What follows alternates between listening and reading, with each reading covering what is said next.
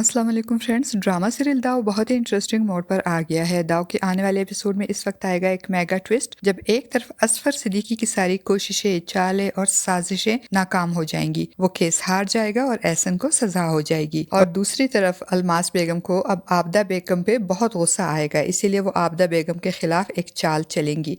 वो आलियान से मिलने जाएगी और एक तीर से दो शिकार करेगी। हम देखेंगे फ्रेंड्स कि जब असफर सिद्दीकी की माँ अंबर के घर से वापस आएगी और उससे बताएगी कि इन लोगों ने इनकार कर दिया है, वो लोग एहसन से रिश्ता करने के लिए तैयार ही नहीं, मेरी बहुत बेइज्जती करवाई है तुमने मुझे वहाँ भेजना ही नहीं चाहिए था। असफर सिद्दीकी अपने माँ से कहेगा, मैं कौन सा दिल से इनसे रिश्ता करना चाहता था, मैं तो सिर्फ ये चाहता था कि सुबह कोर्ट में जाना ना पड़े और केस खत्म हो जाए, वरना इन जैसे घटिया लोगों से मैं भला क्यों रिश्तेदारी करूंगा। असफर सिद्दीकी की बात सुनते ही इसकी माँ एक जोरदार थप्पड़ असफर सिद्दीकी के मुंह पे मारते हुए कहेगी, मुझे अंदाजा नहीं था कि तुम इस हद तक गिर जाओगे और अपनी गंदी साजिश में अपनी माँ को भी शामिल करोगे। मुझे तो लगा था कि तुम सुधर गए हो, मगर तुम और तुम्हारा बेटा एहसन कभी नहीं सुधरेंगे। और फिर अगले दिन कोर्ट में पेशी होगी। एक तरफ आसिम और अंबर दोनों बहुत डिस्टर्ब होंगे। अंबर सारी रात रो रो कर अल्लाह से मदद की दुआएं मांगेगी और दूसरी तरफ असफर सिद्दीकी भी सारी रात परेशान होगा। और फिर अगले दिन केस की जब पेशी होगी, अंबर केस जीत जाएगी और एहसन केस हार जाएगा और इसको सजा हो जाएगी। कोर्ट से वापसी पे अंबर बहुत इमोशनल होगी और वो आसिम के गले लग कर रोएगी और कहेगी, अगर आपका साथ ना होता तो मैं कभी भी एहसन को सजा दिलवाने में कामयाब ना होती।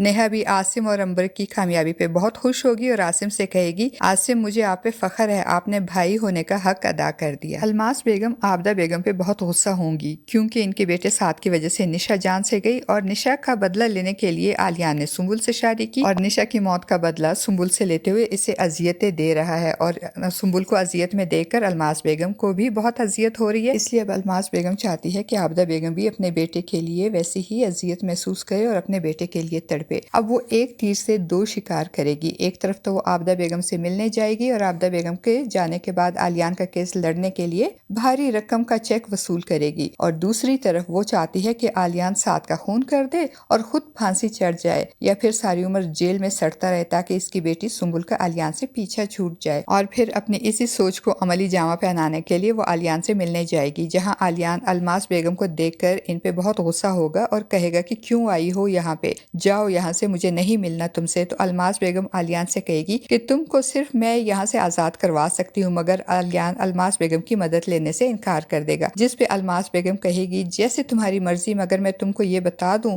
कि साद आज रात की फ्लाइट से मुल्क छोड़कर जा रहा है। साद के मुल्क छोड़ने की बात सुनकर आलियान परेशान हो जाएगा। फ्रेंड्स, आपको क्या लगता है, क्या आलियान अलमास बेगम की मदद लेने को तैयार हो जाएगा और क्या अलमास बेगम साद की जमानत करवाने में भी कामयाब हो जाएगी? अपनी कीमती राय का इजहार कमेंट बॉक्स में जरूर कीजिएगा।